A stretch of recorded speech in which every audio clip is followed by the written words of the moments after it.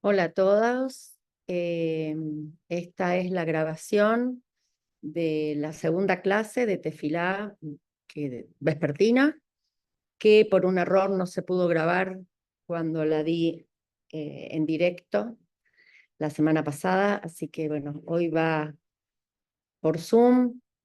Para las que estuvieron, les sirve para recordar un poco y repasar lo que vimos. Para las que no pudieron asistir, para que lo puedan ver por Zoom y tomar nota y hacer preguntas luego. Primero vamos a hacer un repaso de qué es lo que hablamos en la primera clase. Empezamos a hablar de la tefilá. ¿Qué es la tefilá? ¿Qué es rezar? Rezar es comunicarse con Hashem desde el corazón.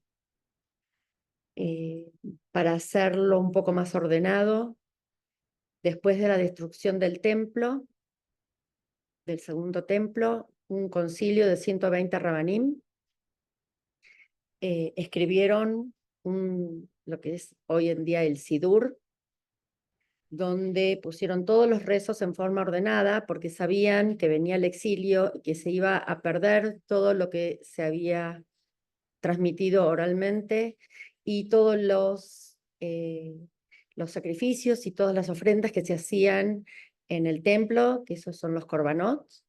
Entonces nuestros rezos actualmente reemplazan a los korbanot, es decir, a las ofrendas y a los sacrificios que se hacían en el templo, que lo hacían solamente los Kohanim. Si Dios quiere, Besrat Hashem, con la llegada del Mashiach, se va a reconstruir el tercer templo, se va a construir un nuevo templo, y van a volver los Korbanot con los Kohanim, y no necesitaremos más de los Sidurim. De acuerdo a qué zona fue exiliado el pueblo, se escribieron diferentes formatos de Sidurim, y está el Sidur Ashkenaz, que es el que utilizaron los judíos de Europa Oriental, Polonia, Alemania y toda la zona oriental. El Sidur Sefarad, que es el que utilizaron en España y toda Europa occidental. Y luego con los Hasidim apareció el Sidur Chabad o hasídico, que es más o menos una mezcla de los dos, con muchas cosas de la Kabbalah. Normalmente cada uno sigue el Sidur de la comunidad a la que uno va. Lo importante es entender que la tefilá, es decir, el rezo, es la oportunidad que tenemos de conectarnos con Hashem, primero con nosotros mismos, pero es la posibilidad de salir de nosotros mismos y conectarnos con Hashem y ponernos a su servicio. Fuimos creados por Él con una misión en particular. La función nuestra en este mundo es descubrir cuál es nuestra función, para qué nos puso Hashem en este mundo, a cada uno de nosotros. Y que no estamos, darnos cuenta que no estamos en este mundo solo para satisfacer los deseos y las inclinaciones físicas o placenteras del placer humano y material. Es un tiempo, la tefilá, un tiempo que nos tomamos diariamente para realinearnos en la perspectiva con Hashem y ver la vida a través de sus ojos. Nos sintonizamos con la voz de Hashem y ahí recordamos que la vida no es una lista de exigencias y deseos, sino que estamos para cumplir una misión.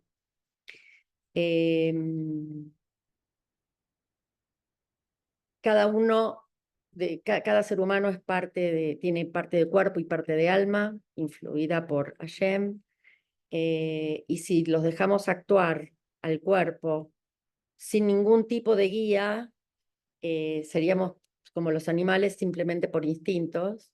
Entonces utilizamos la tefilá para conectarnos con nuestra misión y con nuestra alma y nuestra parte espiritual.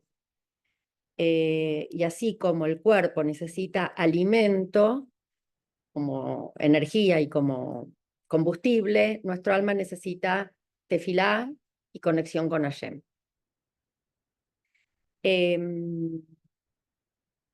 También la tefilá es para recordarnos,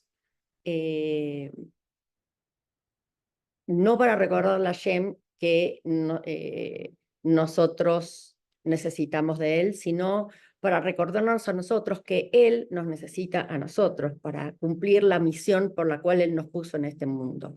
Si no, no nos hubiese mandado. Entonces, Hashem sabe que todo lo que nosotros necesitamos, pero nosotros rezamos para poder entender que todo lo que nosotros necesitamos y tenemos proviene de él. Hashem es como un padre y nuestro rey. Entonces lo debemos amar como amamos a un padre y respetarlo y reverenciarlo como reverenciamos a un rey. Por eso hay muchas de las tefilot y costumbres y rituales de inclinarnos, de pararnos y de vestirnos de determinada manera, como si nos estuviésemos dirigiendo frente a un rey, que no estamos ni en pijama ni en hojotas. Tratamos de estar lo mejor que podemos para presentarnos ante él. El nombre de Hashem es tan santo que no lo leemos del modo que se escribe. Leemos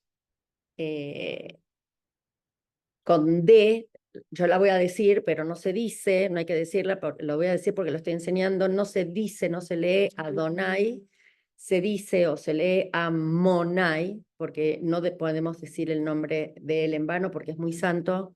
Y en una conversación, cuando nos referimos a él, hablamos de Hashem. Hashem quiere decir el nombre y nos referimos a él con el nombre santo, que es Hashem. Lo importante de toda la tefilá es hacerlo con intención, con kavaná, es estar concentrado. La mayoría de las veces no vamos a tener éxito, le pasa a todo ser humano, hasta los grandes rabanim, que en la mitad de cualquier rezo, la midá, el yemá, lo que sea, se nos cruza, uy, no apagué el fuego, tengo que ir a buscar a los chicos, no me pagó tal cliente. Somos humanos. Entonces, la intención es tratar de concentrarnos y por eso la tefilá se verbaliza, se dice, no se lee en silencio. Se dice si uno está solo, en el volumen que uno quiere, pero si está delante de gente, uno lo susurra para poder escucharlo uno mismo. Tenemos la obligación de decir determinadas plegarias fijas. Algunas tienen más espiritualidad que otras, algunas nos hacen subir los 7 cielos, por ejemplo, la Amidá, pero hay que entender y pensar el significado de cada palabra que uno dice. Si uno sabe hebreo, lo dice en hebreo; si uno no sabe hebreo, lo puede decir en castellano o en fonética. El sonido de las palabras en hebreo tiene una energía muy especial, entonces lo que se recomienda es que uno lo diga en el idioma que uno sabe y de a poquito, a través de la fonética, poder empezar a incorporar algunas palabras, algunos rezos directamente en hebreo, pero tratando de entender lo que uno dice. La tefilá comenzó con la creación del hombre. El primer hombre que hizo tefilá fue Adán, que es el que se comunicó con Hashem. Eso es rezar. Abraham y todos los patriarcas hicieron tefilá. Cada uno puso alguna diferente. Los hombres rezan tratan de rezar en un minyan. Hay determinadas plegarias que solamente se pueden hacer cuando hay un minyan, que son 10 hombres. Por ejemplo, el Kadish de duelo, el Kadish de Rabanán, solamente se puede decir cuando hay 10 hombres. También la lectura de la Torá.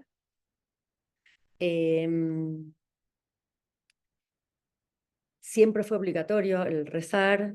El mundo se mantenía con los rezos de los Kohanim y con el rezo personal de cada uno.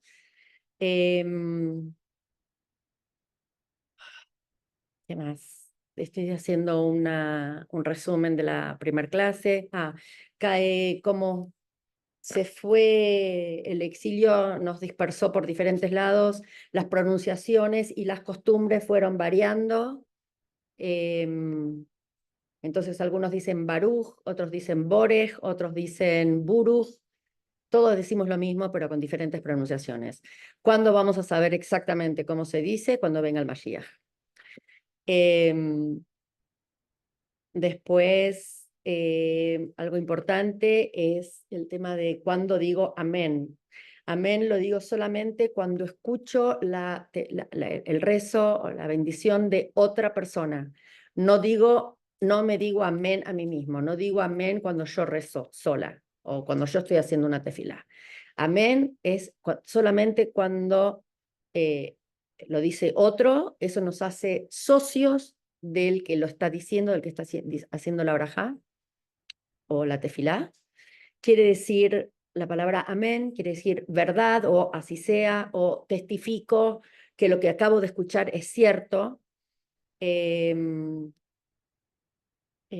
Tampoco es alajá decirlo, no es obligatorio, pero es más honorable. Y la Kabbalah dice que es más honorable en el cielo, tiene más valor el que contesta amén que el que dice la brajá.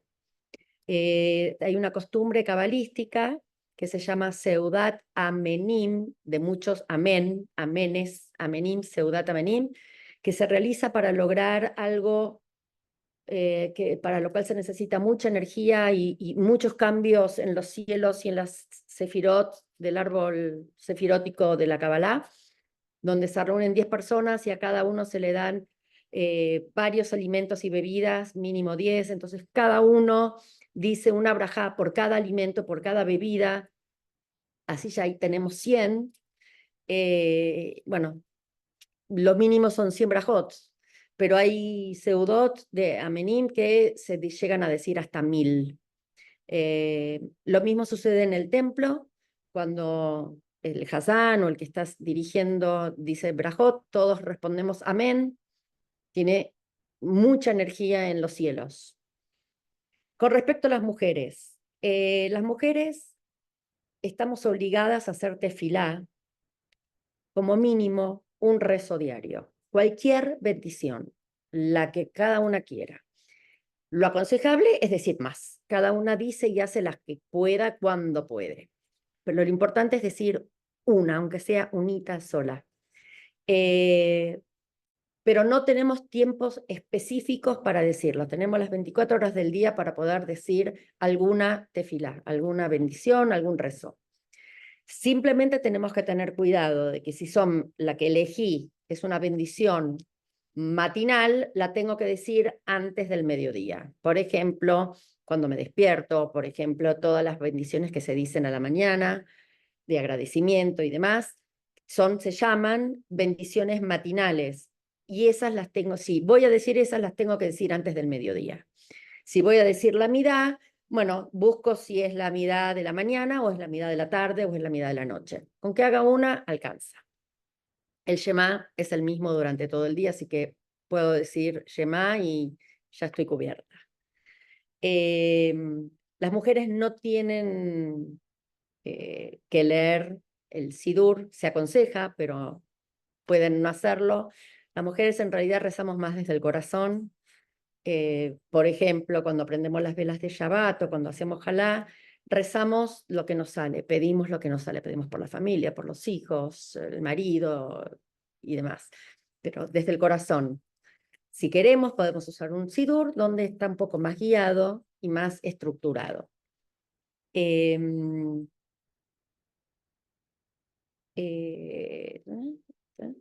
eh, Otra cosa importante es que no se debe rezar frente a un espejo, nunca, porque eso sería idolatría. Estaría yo rezando frente a una imagen, aunque fuera mi propia imagen. Se trata de no rezar no hay que rezar frente a un espejo. Lo mismo en el templo, la sinagoga, la cobertura de la tela que cubre, el telón que cubre el armario donde está la Torá, que eso lo vamos a ver un ratito, en general está bordado. Si tiene bordado alguna imagen de algún animal, tratamos de no mirar ahí cuando estamos rezando, sino cerrar los ojos o leer desde el Sidur. Para rezar todos deben cumplir algún mínimo de recato con respecto a la vestimenta, tzniut. Los hombres deben tener como mínimo un short. Las mujeres, por lo menos un camisón largo o algo que nos cubra. Y si estamos en la cama, por lo menos taparlos con una sábana. Tenemos que pensar que cuando vamos a rezar paramos frente a un rey. No me tengo que poner en vestido largo, pero por lo menos algo.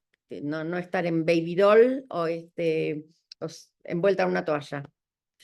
Lo aconsejable es buscar un ambiente dentro de la casa, el cuarto, el living, el comedor, un ambiente, y dentro de ese ambiente un rinconcito, y tratar de hacer nuestra tefilá siempre en el mismo lugar. Estoy hablando de las mujeres. Los hombres rezan en el templo, las mujeres podemos ir al templo, no estamos obligadas, pero si lo rezamos en casa, se aconseja esto, y también se aconseja tener siempre alguna prenda, un saquito, un sombrero, un pañuelo, un chal, un algo, alguna prenda que lo utilicemos solamente para hacer tefilá, y eso es como que ya nos va preparando el ambiente, como cuando uno va a meditar y inspira 3 veces. Bueno, esto también nos va preparando para poder entrar al espíritu de la tefilá.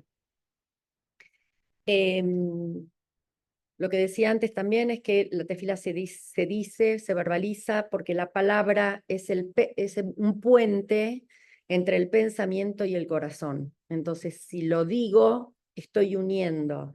No es lo mismo pensar que decir. El decir es más concreto, es más real, mueve más a la persona.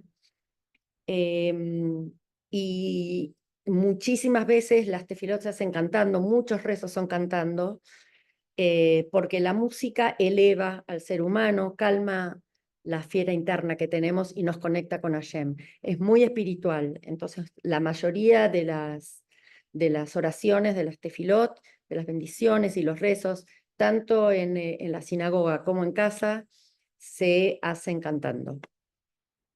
Hasta ahí fue un resumen de lo que fue la primera clase. Ahora arrancamos con lo que fue la segunda clase. El Rambam, que fue uno de los sabios y filósofos más grandes que tuvimos, habló de 13 principios de la fe judía. Cada uno de estos 13 comienza con la frase yo creo, anima amin. Voy a hacer un resumen chiquitito de los más importantes. La primera, anima amin, yo creo en Dios y que Dios es uno solo. Número 2, anima amin, yo creo que Dios está en todas partes. 3, anima amin, yo creo que Dios le habla al hombre, le habla al hombre a través de hombres y mujeres especiales llamados profetas. El profeta más grande que tuvo el judaísmo fue Moshe, que nos entregó la Torá. Número 4, anima amin, yo creo que la Torá es verdad, que fue dada por Hashem, que se la dictó, que se la enseñó a Moshe, tanto la oral como escrita, y yo creo que eso es verdad, y creo que las palabras son reales, y que todo lo que figura en la Torá es verdadero. Número 5, anima amin, yo creo que fui creada, estoy convencida que fui creada para servir a Hashem, para el propósito que Él me puso en este mundo. 6, anima amin, yo creo que algún día, si Dios quiere que no falte mucho, va a venir un rey llamado Mashiach, que va a reunir a todos los judíos del mundo para que vivamos en Israel, en la tierra, nuestra tierra prometida, que va a haber paz en todo el mundo. Este Mashiach significa ungido. Como todo rey en todas las civilizaciones, el rey es ungido, hasta la actualidad, ungido con aceite, y esa es la palabra para nombrar a nuestro próximo rey. Y en la Torá hay varias señales de señales que va a ser que él va a ser la persona correcta. Hubo muchos profetas que se tildaron de ser el Mashiach, pero no cumplían todas. Por ejemplo, Jesús. Mucha gente creyó que Jesús era el Mashiach, pero, número uno, no era descendiente del rey David. Número dos, no entró por el Monte de los Olivos, que es por donde tenía que entrar. Y así hay muchas de las características es check, sí, correcto, tilde, tilde, tilde, pero este no, este no, este no. Con uno que ya no sea, se confirma que esa persona no es el Mashiach. Entonces, el Mashiach va a ser ungido como rey y va a reconstruir nuestro templo, nuestro gran templo de Jerusalén. Va a venir el tercero y, si Dios quiere, el último. No va a haber más guerras, no va a haber más hambre y el mundo estará completo y colmado del conocimiento de Hashem. Dicen que en cada generación nace un Mashiach, pero que no se revela al pueblo porque el pueblo no está preparado, o porque estamos distanciados, o porque distanciados entre nosotros, o porque estamos muy materializados, o porque no cumplimos las cosas que debemos cumplir. Así a lo largo de la historia. La gente de Chabad cree que el Rebbe fue el Mashiach. Bueno, tal vez fue, pero la gente no estaba preparada para recibirlo y por eso no se reveló y se murió. La idea es que estamos cerca, ya está comprobado por diferentes métodos, en alguna otra clase vamos a hablar de la era mesiánica y premesiánica, que ya se van dando muchas cosas que nos están comprobando que el Mashiach está por venir en cualquier momento. Bueno, hoy vamos a hablar también de temas muy básicos, pero son los fundamentos para poder entender todo lo que sigue, toda la tefilá de por qué voy al templo, qué hay en el templo, qué es la Torá, y vamos a explicar muchas de las palabras que utilizamos muy a menudo y que tal vez no sepamos qué es en realidad.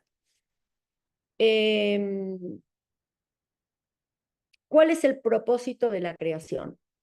¿Por qué Hashem creó al mundo físico? Si Él tiene todo, Él tiene todo, no necesita nada, sabe todo, ¿para qué creó todo lo que creó? Por amor. Porque el amor verdadero es darle al otro lo que el otro necesita, no lo que yo quiero darle. Entonces, Hashem estaba lleno de amor. ¿A quién se lo da? A nadie. Entonces, creó al ser humano y a todo el mundo, a nuestro planeta Tierra, para que podamos crear una morada para Hashem en este mundo. Y creamos el espacio para que Él pueda bajar y morar entre nosotros, cumpliendo con la Torá y las mitzvot.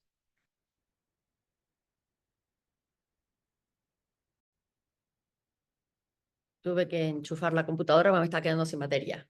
Entonces, Hashem creó el mundo físico, repito, para que podamos hacer una morada para Él, para que Él pueda bajar su Shejiná, su presencia a este mundo, para poder darnos lo que el hombre necesita, y nosotros podamos crear ese lugar cumpliendo con la Torá y las mitzvot. La palabra Torá significa enseñanza, y es la enseñanza que Hashem le dio al hombre. ¿Cuándo? La dio en el año 2448 de la creación del ser humano, son 3000 y pico de años, 3300 años antes de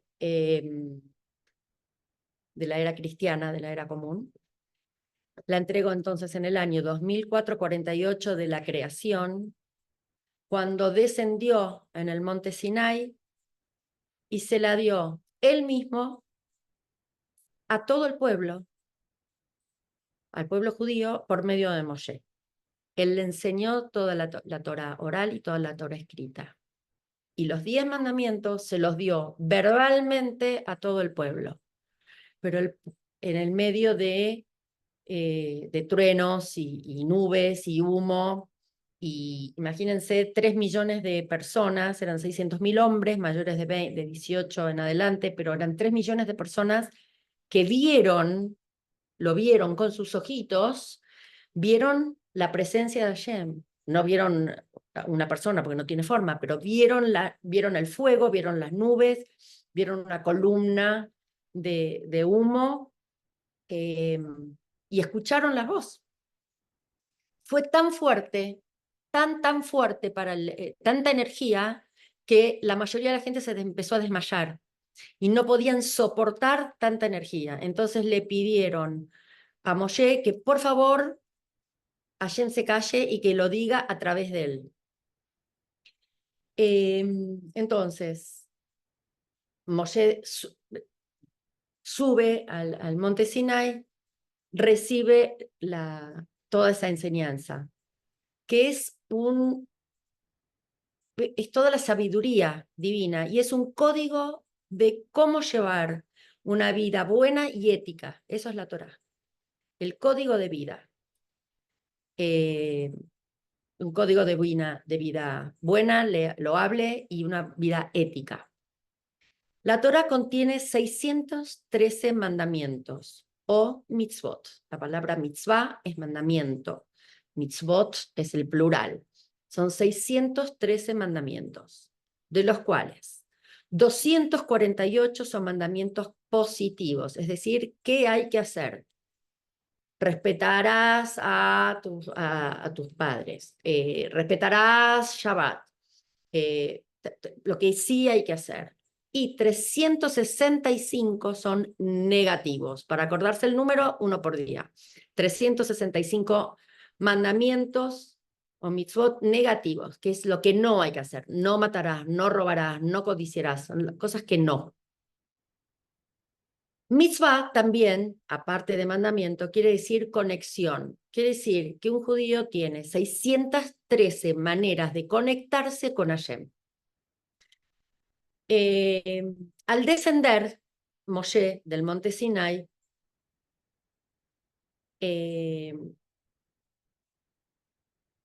al descender Hashem al monte Sinai, se encuentra con Moshe que subió y le entrega, como dije antes, la ley escrita y la ley oral. La ley escrita es lo que Moshe luego, cuando bajó, puso por escrito, escribió, toda esa ley en un rollo, en un pergamino. Ese rollo se llama Sefer Torah, libro de la Torah, Sefer Torah. Moshe, en el trayecto de los 40 años en el desierto, escribió 12, que fue dada un rollo, un Sefer Torah a cada tribu. También le dio la ley oral. Hashem le explicó a Moshe la totalidad de los 613 mandamientos en forma oral. Se le explicó todos los detalles. Y esta es la mayor prueba de la existencia de Dios, ya que Hashem le habló al pueblo frente a 3 millones de personas que lo atestiguaron. Entonces, no es uno que dijo yo lo vi, yo lo escuché, ni 2 ni 3, 3 millones. Entonces, negar que 3 millones de personas, negar algo que 3 millones de personas atestiguan es un poco necio. El amor a Hashem es lo que nos motiva a cumplir con la totalidad, llevar a cabo los 248 mandamientos positivos. Y el temor a Hashem es lo que nos impide transgredir cualquiera de los 365 que no se deben hacer. Pero la Torá no solamente contiene enseñanzas para los judíos, sino que también tiene enseñanzas para los no judíos, que se llaman las 7 leyes noágidas, que son las de Noé, las 7 leyes de Noé. Hashem le dio a Noé 7 leyes No recuerdo exactamente, creo que eran 13 generaciones Noé, entre Abraham y Noé y entre Noé y Moshe, es la misma cantidad de generaciones. No recuerdo si eran 10, 12 o 13, pero en su momento Hashem le dio las 7 leyes de cualquier civilización moralmente ética. Número 1, creer en Dios y no adorar ídolos. Cuando hablamos de ídolos, no hablamos solamente de un tótem o de una escultura o de un monolito. Hablamos de ídolos políticos, ídolos de fútbol, el dinero, sectas. Entonces, el número 1 es creer en Dios y que hay un solo Dios y no adorar ídolos. Número 2, no blasfemar, es decir, no mentir y no hablar mal de otro. Eso es blasfemar, mentir y hablar mal de otro. 3, no robar. Robar no es solamente sacar algo material que no me pertenece y le pertenece a otro. También robar es robar el tiempo. Si yo llego tarde, le estoy robando el tiempo a la persona con la que yo me tenía que encontrar. Eso también es robar. No matar.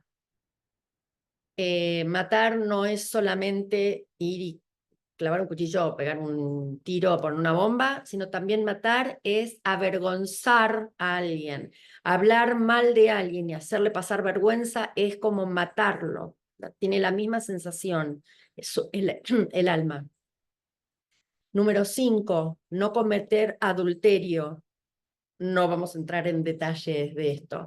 Número 6, cumplir con las leyes del lugar donde se more. Esto quiere decir, si yo vivo en Argentina, tengo que cumplir las leyes de Argentina. Aparte de cumplir las leyes de mi religión, debo cumplir las leyes de Argentina. Si vivo en Estados Unidos, tengo que cumplir las leyes de Estados Unidos. Por ejemplo, las leyes de tránsito en Estados Unidos, en la ciudad, en el estado de la Florida, me permite doblar a la derecha aunque el semáforo esté en rojo. Esa ley no aplica en otros estados como Nueva York y tampoco aplica en Argentina. Entonces yo tengo que regirme por las leyes del lugar en donde yo vivo. ¿Ok? Y el último es no comer un miembro de un animal vivo, ni comer ningún animal vivo como insectos o pajaritos, y como hacen en algunas civilizaciones y culturas, y no ser cruel con los animales. Hay que ser muy cuidadoso con los animales. De hecho, hay que darle de comer, si uno tiene un pet, una mascota, hay que darle de comer a la mascota antes de comer yo misma. Los judíos matamos a los animales que vamos a comer de una manera en particular para que el animal no sufra, no le pegamos el garrote y que queda medio tonto como hacen los demás, le cortamos la yugular y directamente muere instantáneamente. Hay todo un tema del cuidado de los animales. Desde entonces, desde la época bueno, desde Abraham en realidad, y luego con Noé, Moshe y todos, los judíos tenemos la responsabilidad de influenciar al mundo no judío a cumplir estas leyes, ¿sí? A, para que la vida en este planeta sea una vida moralmente ética. Ahora vamos a hablar de términos comunes que utilizamos cotidianamente y muchos no sabíamos. La Biblia. La Biblia, en castellano se llama la Biblia, está dividida en 3 secciones. La Biblia en hebreo se dice Tanaj y está dividida en 3 secciones. La primera es la Torá, empieza con T, Torá. Y la Torá son los 5 libros de Moshe, lo vamos a ver en un minutito. El segundo libro, la segunda sección, es Nevi'im, que es el libro de los profetas, empieza con N, el libro de los profetas. El tercer libro, la tercera sección es Ketuvim, que es el libro de los escritos. como los Teilim, que son el libro de los Salmos, que escribió el rey David, Shira Shirim, el Cantar de los Cantares, que también lo escribió el rey David, el libro de Ruth, que leemos en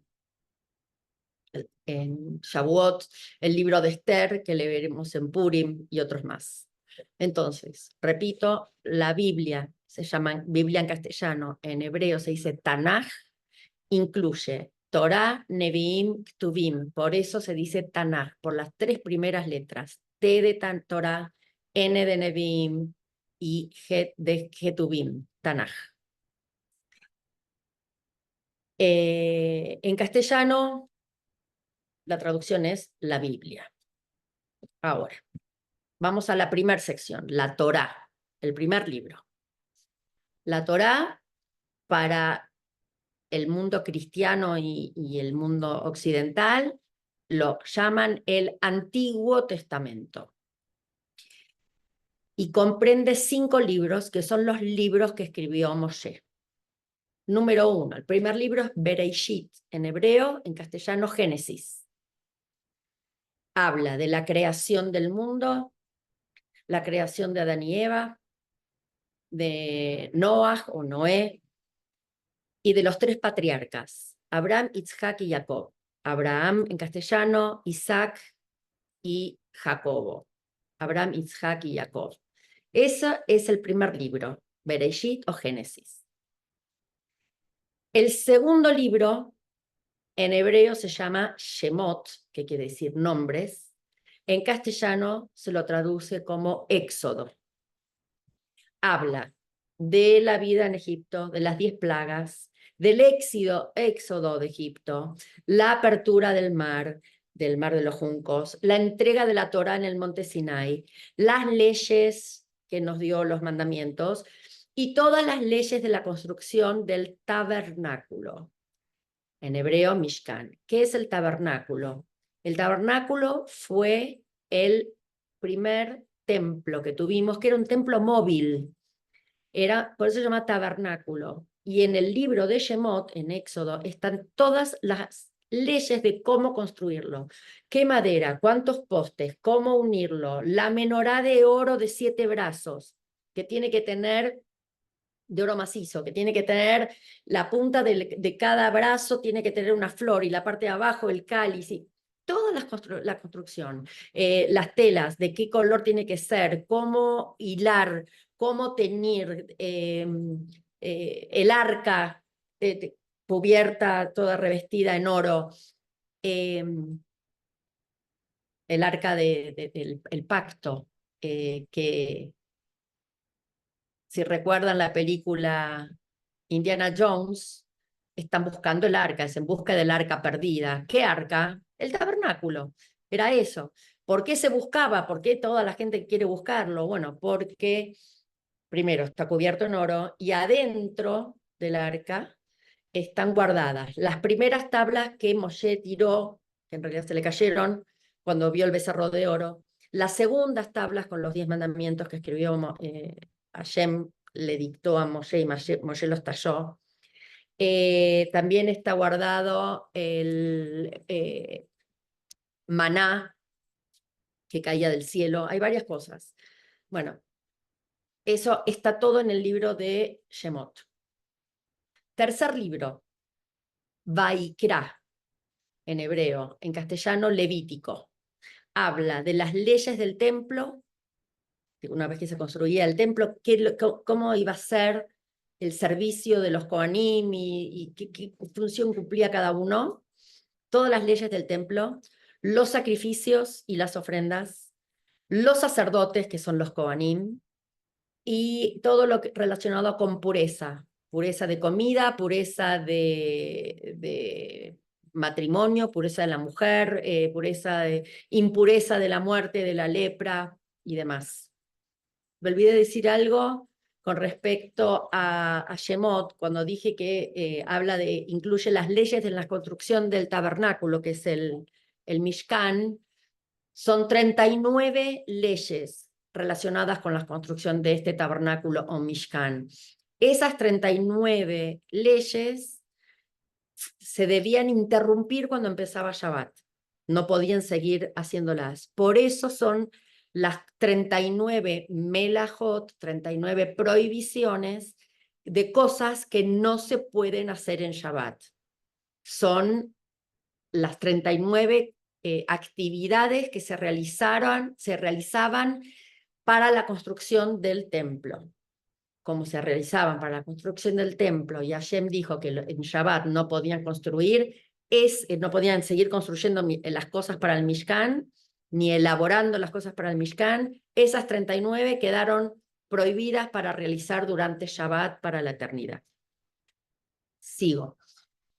Hablamos de Baikra, viene el cuarto libro, que es Bamidbar en hebreo, o Números, el libro de Números, que detalla toda la travesía del desierto. Habla de los 12 espías, que es justo la perashá que hablamos este fin de semana que pasó, la rebelión de Korah y la bendición de Bilam. Bueno, para la que conoce, conoce. Y el último libro es Devarim, en castellano Deuteronomio, que es el discurso de despedida de Moshe, que se despide de los judíos porque él tiene prohibido ingresar a la tierra prometida. Y está incluido el Shema, lo que dice el Shema está incluido en este libro, en Devarim, y es un repaso de toda la ley de la Torá, como un compendio. Estos son los 5 libros de Moshe. Estos son los 5 libros de la Torá. En la clase en persona me preguntaron si este era el Humash. No, no es el Humash. El Humash, la palabra Humash incluye la Torá, es decir, estos 5 libros, más las explicaciones, más las Haftarot, que son relatos relacionados con la parashá de la semana que muchísimos siglos después se escribieron cuando teníamos prohibido estudiar Torá. Entonces se escribieron relatos, un relato semanal, para que en vez de estudiar Torá, estudiaban el relato, pero sabían por qué parte iban de la Torá. Entonces, eso es el Humash. Humash son los 5 libros de la Torá más las Haftarot, una por semana. Antes de morir Moshe, le transmitió toda la Torá oral a Yoshua, que fue su sucesor.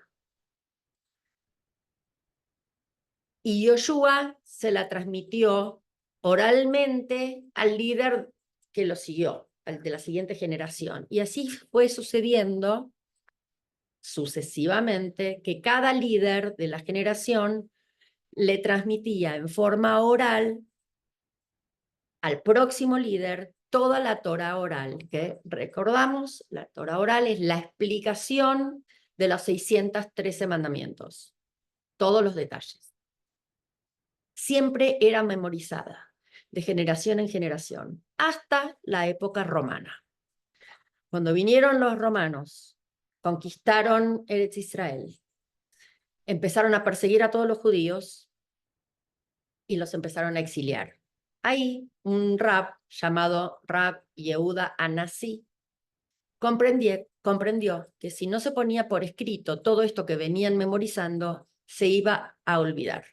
Y iba a desaparecer la explicación de las mitzvot. Y entonces él escribió la Mishnah, que es la versión escrita de la Torah oral. Eso es la Mishnah, versión escrita de la Torah oral. En otro momento vamos a hablar de qué es una Mishnah, qué es la Gemara y demás, pero eso es la Mishnah. Es la versión escrita de la Torah oral que Hashem le dio a Moshe. Es una versión muy concisa. Luego de su muerte, de la muerte de Rabbi Yehuda Anasí, comenzaron las discusiones basadas en la Mishnah. Como era muy conciso, empezaron, no, porque tal vez en realidad lo que quiso decir es esto y lo que quiso decir lo otro. Entonces, todas estas discusiones de la Mishnah, es decir, de cada una de las explicaciones de las mitzvot, fueron puestas por escrito en un libro que se llamó el Talmud. Este es el famoso Talmud.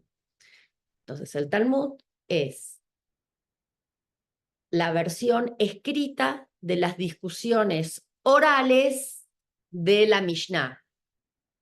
¿Ok? Repito, el Talmud es la versión escrita de las discusiones orales basadas en la Mishnah, que la Mishnah era la versión escrita de la Torah oral. Como nos exiliaron, hubo dos versiones del Talmud. Uno se llama el Talmud babilónico, porque se usaba en todo el Oriente y en el Imperio Babilónico, y el otro fue el Talmud que se llama Talmud Yerushalmi, que lo utilizaron los pocos judíos que se quedaron en la tierra de Israel.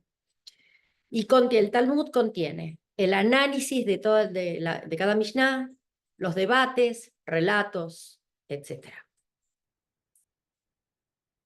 Ok.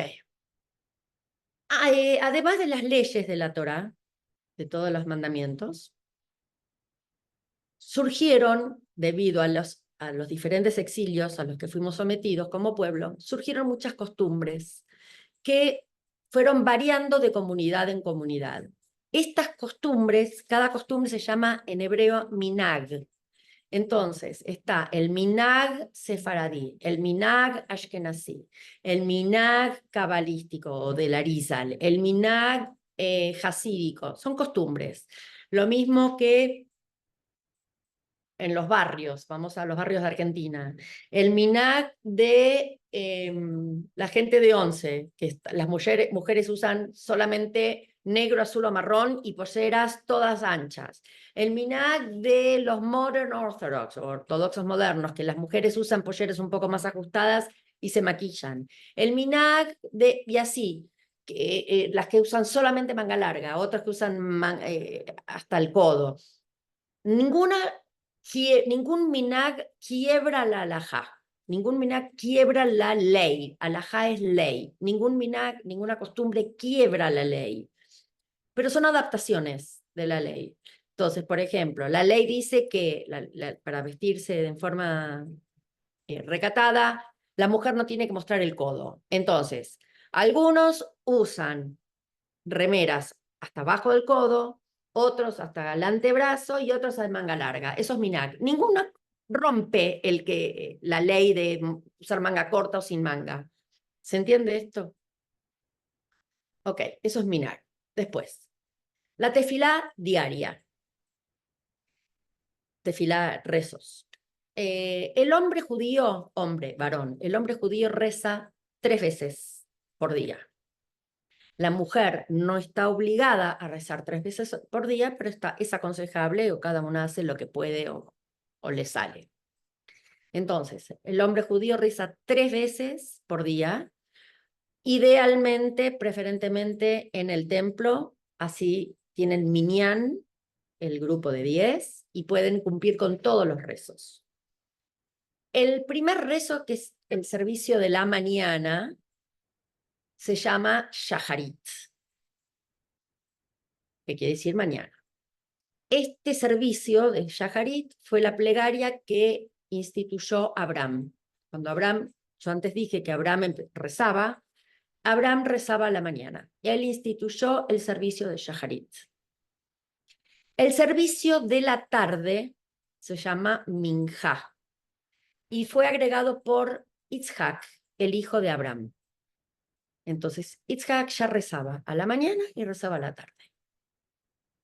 El último servicio del día se llama Ma'ariv en arameo, Arvit en hebreo. Es el mismo, Ma'ariv y Arvit es el mismo servicio. Para mí eran dos cosas diferentes hasta que entendí que era el mismo, no entendía por qué algunos eran Ma'ariv y otros Arvit. Bueno, se llama de las dos maneras. Este servicio de Ma'ariv fue instituido por Jacob, el hijo de Isaac, nieto de Abraham. Entonces él rezaba a la mañana Shaharit, a la tarde Minjá y a la noche Ma'ariv o Arvit. Si vamos a ser estrictos con cuándo comienza el día, nosotros nos regimos por el calendario solar. y lunar, es una mezcla, pero nos regimos por la luna.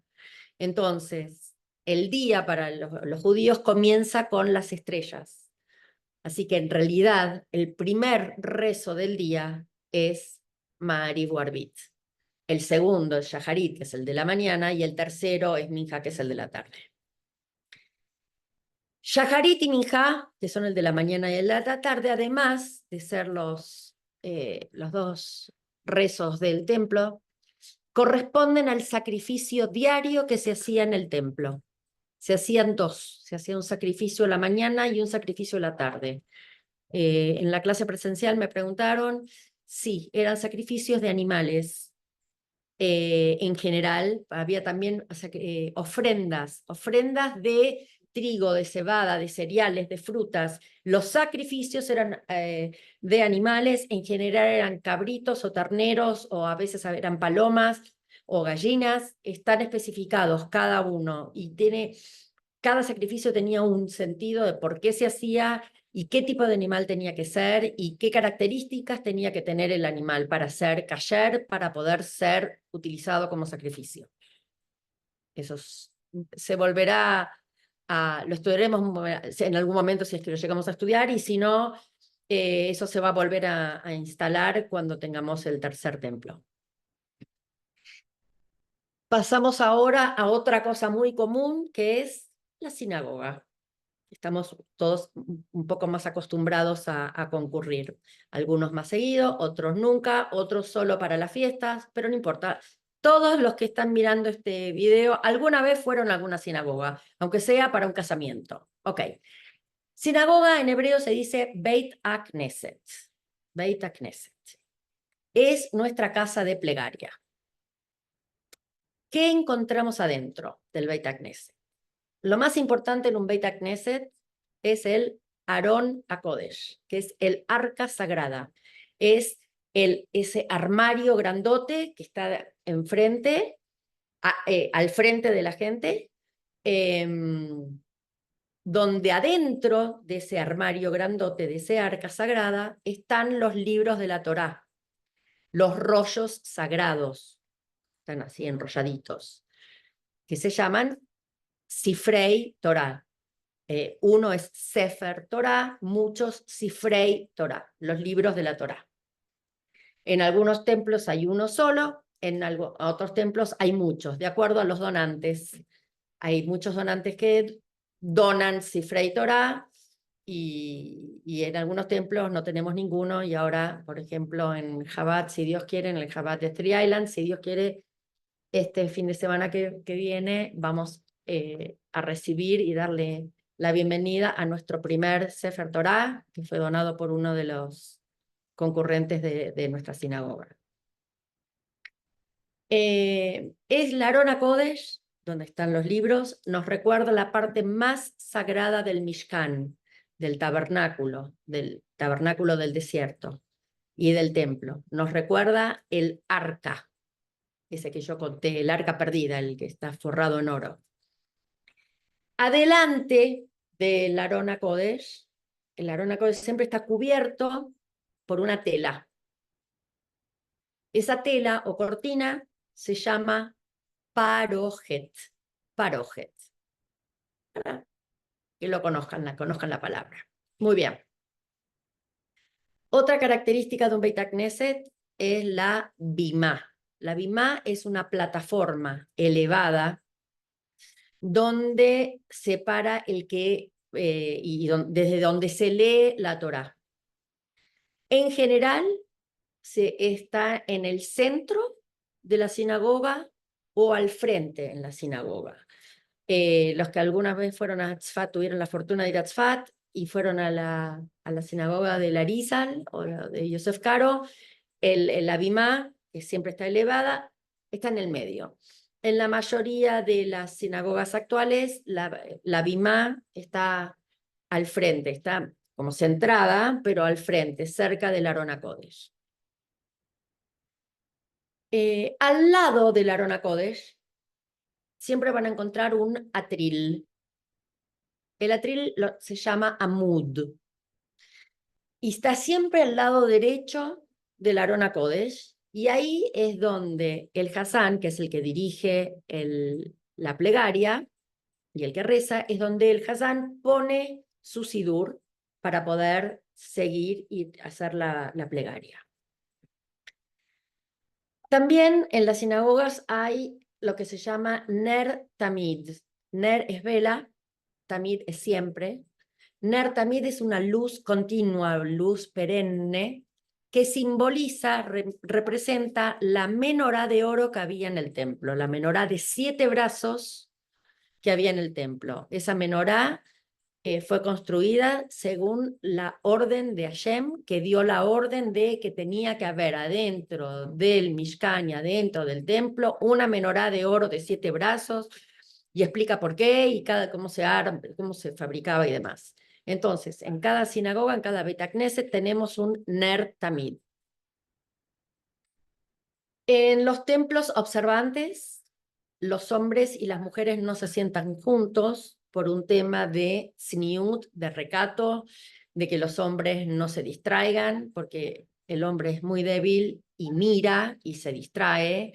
Y Rabbi Akiva dijo, el ojo mira, la mente desea y el cuerpo peca. Entonces, para evitar que los hombres son tan carne débil, hombres y mujeres rezan separados, los hombres se concentran, y en general las mujeres o van al piso de arriba, si hay piso de arriba, o se sientan de costado o atrás, y hay una división. Esa división se llama mejitza. En las fiestas de la gente observante, también hay una mejitza que divide hombres y mujeres para la parte de comida y del baile o durante toda la fiesta. Ok, ahora vamos a hablar de lo que está dentro del Aron HaKodesh, que es el libro de la Torá, el Sefer Torá. El Sefer Torá está vestido siempre con un manto, en general de terciopelo y bordado, un manto. Ese manto bordado tiene arriba una pechera de metal que se llama Hoshen, que tiene, tiene 12 piedras. Cada piedra preciosa representa una tribu. Y recuerda la pechera que usaba el Cohen Agadol, el sumo sacerdote. Algunos tienen esas piedras, otros no, solamente tienen el Hoshen, tienen una pechera de metal. Pero esa pechera es en recuerdo de la pechera de Aarón, del sumo sacerdote. Aparte del manto y de la pechera de metal, tienen un apuntador, como un índice, como un dedo de metal, que es para seguir la lectura, porque el pergamino en el que está escrita la Torá no se puede, no se debe tocar, porque es algo extremadamente santo. Entonces, para leer y no perderse, en vez de seguir así con el dedito, como hacemos todos, se usa este apuntador que se llama yad. Yad quiere decir mano, y el apuntador se llama yad. Entonces está el manto, está el hoshen, la pechera, está el apuntador que cuelga, y tiene una corona, que en realidad tiene 2 coronas. Cada corona se llama keter, o depende de la pronunciación. Ashkenazí es keser, la pronunciación sefaradí o en hebreo moderno es keter, que se pone una corona en cada una de las varas de madera en donde va enrollado el pergamino. Entonces, la Torá está escrita en un pergamino determinado, con determinadas características para que sea kasher, y con una tinta especial y con una pluma especial para que sea kasher. La Torá la escribe un escriba que se llama sofer, que tiene que hacer unos rezos. Bueno, primero que tiene que estudiar un montón para poder estar calificado como sofer, y segundo, tiene que hacer unos rezos preliminares antes de escribir cada letra o cada palabra o cada día que se va a sentar a escribir. Entonces, la Torá está escrita en ese pergamino. El pergamino está enrollado en 2 varas de madera. Se cierra. Para abrir y cerrar el rollo no se toca el pergamino, se tocan las varas de madera. En la punta de la vara de madera están las dos coronas. Y el pergamino y las varas de madera están cubiertas con con un manto y una pechera llamada Hoshen y el yad, que es el apuntador. Bueno, estos son los términos básicos y con esto termina la clase de hoy y terminó la clase del martes, porque la próxima clase que va a ser, no me acuerdo cuándo, pero algún día yo vuelvo de Israel el día 25 de julio, así que el primer martes voy a hacer seguramente la clase, o voy a ver si no la hago online, después les voy a avisar, por Zoom desde Israel. Voy a ver, lo dudo porque por las horas de diferencia no creo que esté en condiciones de dar una clase por Zoom. Y probablemente me tome estas 2 semanas de vacaciones. Así que yo después voy a avisar cuándo va a ser el próximo encuentro y cuándo va a ser el próximo evento de mujeres judías latinas, para aprender sobre la festividad que nos toca próxima, que es el ayuno de Tamuz y Tisha B'Av. Eso ya todo esto ya lo voy a ir diciendo. Así que bueno, con estos términos que aprendimos hoy y un repaso de qué es la tefilá, la semana que viene, perdón, la clase que viene, vamos sí a empezar a utilizar el Sidur y vamos a empezar a aprender qué son las brajot, qué es Shabbat, cómo son los servicios de Shabbat y demás. Así que lo primero que vamos a hacer es, dada el requerimiento y el pedido de varias, es en la próxima clase hablar del formato de Shabbat. Desde que arranca, que prendo las velas, ¿qué es Shabbat? ¿Por qué hago Shabbat? ¿Por qué celebramos Shabbat?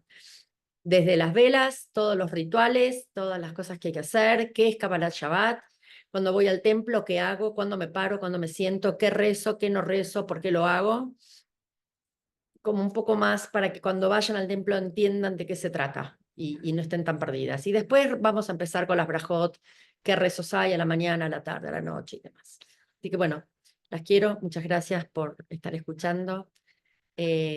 Cualquier duda me escriben por WhatsApp y trataré de contestar si lo sé enseguida y si no, averiguo y, y lo contesto cuando tenga la respuesta adecuada. Nos vemos, muchas gracias por prestar atención.